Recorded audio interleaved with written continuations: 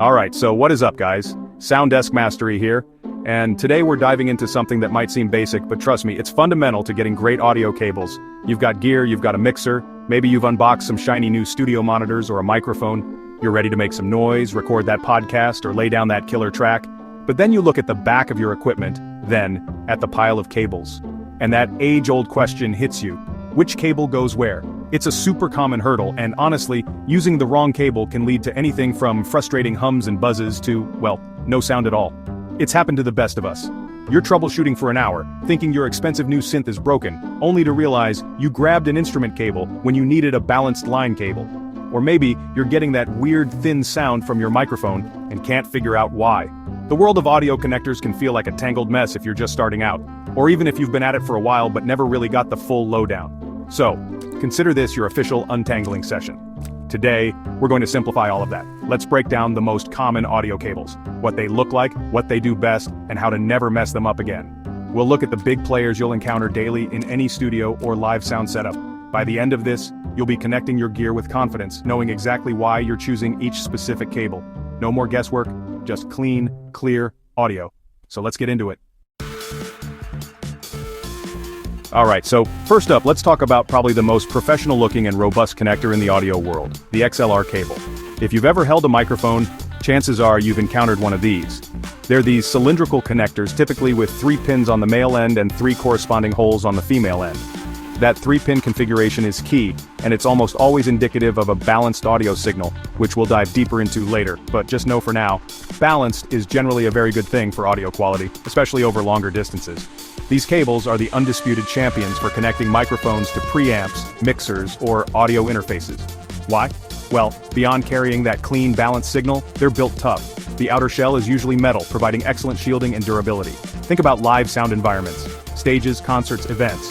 Cables get stepped on, pulled, and generally abused. XLRs are designed to withstand that kind of treatment, which is a huge plus. You'll also find them connecting powered speakers, linking outboard gear like compressors and EQs, and sometimes even for DMX lighting control, though that's a bit outside our audio scope today. One of the standout features of an XLR connector, and something I personally really appreciate, is its locking mechanism. You'll notice a little latch or tab on the female connector.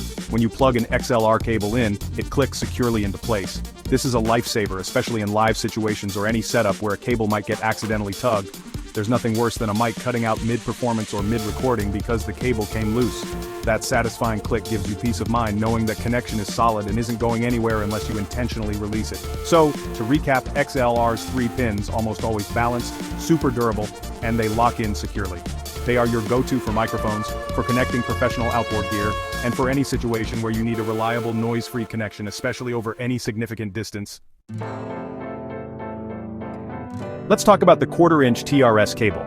TRS stands for tip, ring, and sleeve. It has 3 sections: tip, ring, and sleeve. This design makes it versatile. TRS cables can carry balanced mono or unbalanced stereo signals. For balanced mono, it carries positive, negative, and ground signals. For unbalanced stereo, it carries left, right, and ground, commonly used in headphones and audio gear. Let's talk about the TS cable. TS stands for tip and sleeve. It has 2 metal sections separated by 1 insulator band. TS cables are unbalanced. They lack a 3rd conductor for noise cancellation, used for high-impedance instruments like guitars and basses, connects instruments to amplifiers or DI boxes, also used for some keyboards, commonly called instrument or guitar cables, susceptible to noise and interference. Keep TS cables short to minimize noise. Let's talk about a connector you've likely seen, the RCA cable. These color-coded connectors are common in consumer audio gear like CD players, turntables, and home stereo systems. RCA cables are unbalanced and typically used for short connections. They carry consumer line-level signals and are prone to noise over long distances. For longer runs or professional setups, use a DI box to convert the signal.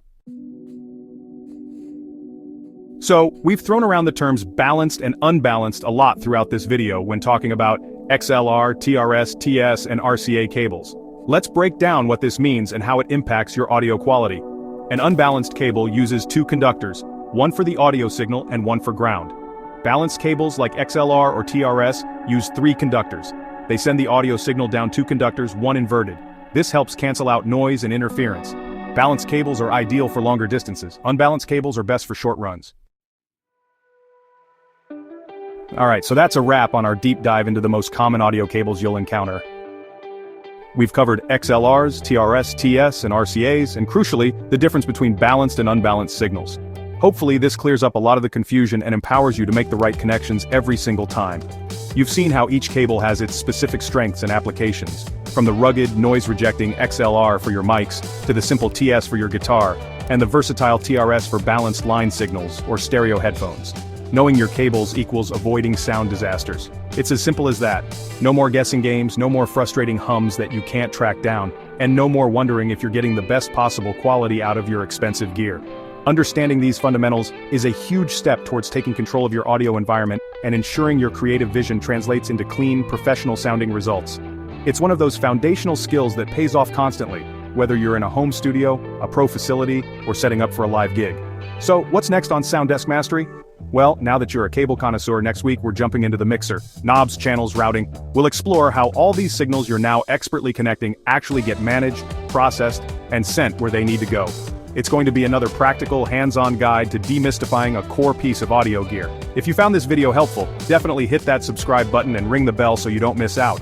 And before you go, drop a comment below. What cable confused you the most before watching this? Or is there a cable-related nightmare story you're willing to share? I'd love to hear from you.